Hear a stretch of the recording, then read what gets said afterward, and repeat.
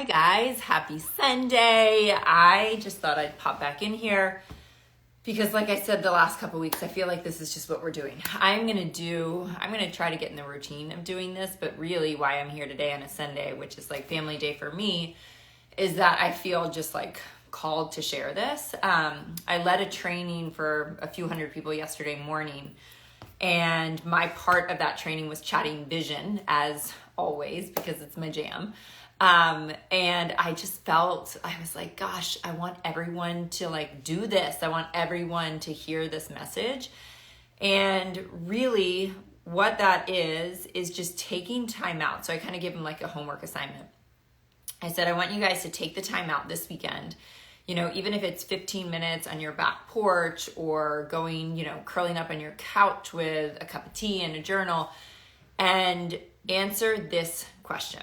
So I want to go back about 10 years, and I heard this question being posed by who now is one of my dear friends and business partners, but back then I had no idea who she was. It was just a random person on YouTube. And she was talking about when you sit down to write your vision. I personally had back then a really hard time with crafting a vision. Like, where do I begin? Where do I start? I now have a whole vision mapping method because I believe that vision is honestly everything, that it is the cornerstone of every goal and every dream and every hope that we have. And if we're not clear on that vision, we will never really get anywhere. I think that most people, I'm often interviewed on podcasts or stages where people say, why don't people, ignore the barking dog, why don't people really get what they want most of the time in life? Like, why are so few people achieving their goals or their desires? And really what it boils down to is most people don't know what they want. They're not actually clear, like crystal clear on where they're going, right? I definitely had a hard time with this. We master what we struggle with, guys. And so, yes, I have this whole vision mapping method, but the cornerstone of where it starts is this one question that I'm going to give you in a second. But the way that this friend of mine a decade ago painted this picture. So back then, there were, I was part of a company back then where, you had the top 10 people and, everybody had a rank for out of thousands of people, you were ranked somewhere in the company. And she was talking about the number one, back then, the number one and the number two women in the company out of hundreds of thousands. And she said, look at the number one. So the number one person back then, super, just kind of conservative, buttoned up. She's actually one of my dear friends. I love her to pieces. Kind of the white picket fence, 2.5 children. I know there's no such thing, but that's the average amount of children we all have in the United States.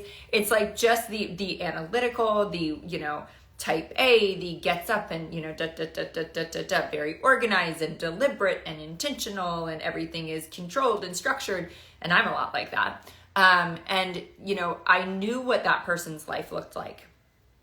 And then she said the contrast. So the number two person at the time, the number two person in the company could not have been more different.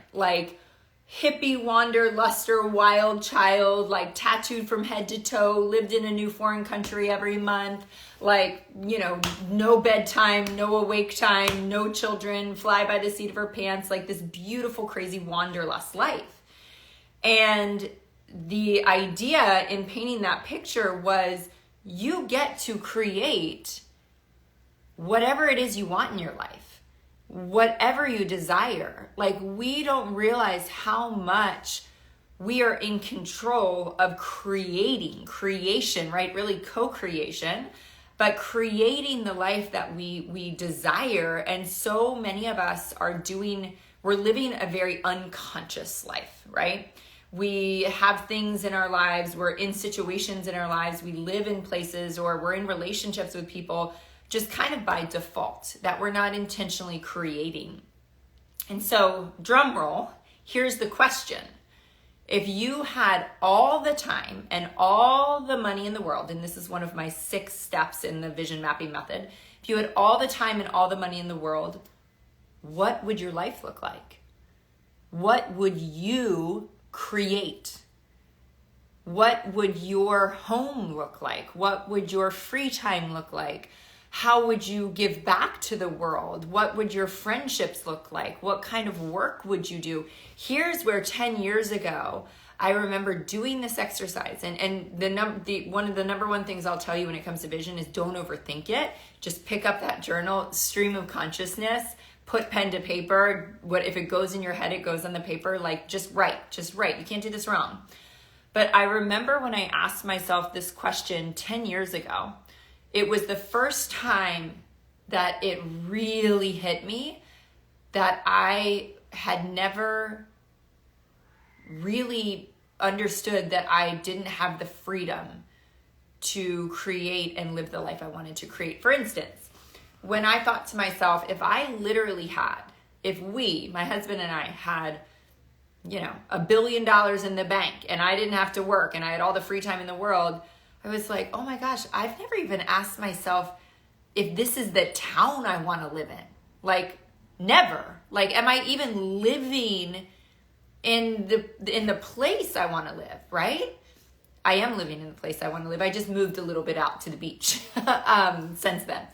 But I had never asked myself that question because my circumstances controlled those decisions, right? Freedom was not a part of that. And so when you're embarking on a new path or a new direction, like I am right now, we have to always go back to that question. If money and time were unlimited, what would you create? Because only then, so many of our decisions are limited by, I can't afford it, I don't have the time, I can't afford it, I don't have the time, we don't have the money, we can't do that. We can't do that for our kids, we don't have the money. You have to be able to take those like blocks off to be able to start to dream of the possibility of what you were put on this earth for and the life that God intends for you to live, right? And so I just wanted to pass that on, and not just to the few hundred people that were in the training yesterday. I wanted to give you that gift of that one question. That one question. Don't overthink it. You can't do it wrong. It doesn't matter what pops into your head. Think about, your relationships. Think about your work. Think about how much money would you have in savings? How much money could you give back to charities that you love? What would you build in the world? What would you create? Like, we were just talking last night. We had friends over to watch football and fire and all that stuff. And to have a fire, not to watch fire. And one of them was talking about if they thought that a big sports complex in our town would be profitable. And I'm like, that's one of my dreams. That's one of my biggest dreams.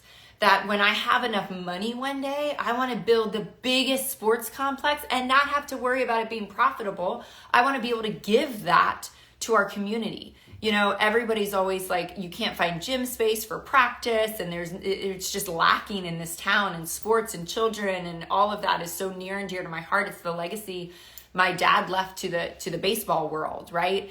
We have an incredible baseball complex here that people travel all over the country to come to. And somebody created that, just freely, not to profit off of it, and wanted that to be their legacy to our community. Like I'm going to get teared up because I love baseball and children and philanthropy so much. But every single time I walk into that stadium, it overwhelms me, right? I think about my dad, and I think about this man who I never met that gave that gift to all of these kids that live in this town. Like, that's what I want to do, right? If money and time are no object, what would you do? And then you start to live from that space and that energy and that vision. And you wake up with energy every day. You wake up with purpose. You wake up driven to make a difference, right? You don't get caught up in all the other things that we get caught up in, the comparison game and this and that. You end up being mission, purpose driven. So I want to give you that gift today. I want you to ask yourself that question, and I want you to just dream the biggest dreams, right? So happy Sunday. It is my favorite day of the week. Go spend it with your friends and family. Do something you love. Take a deep breath. Get out in nature. But curl up with that journal and ask yourself that very important question. I can never figure out how to turn this off.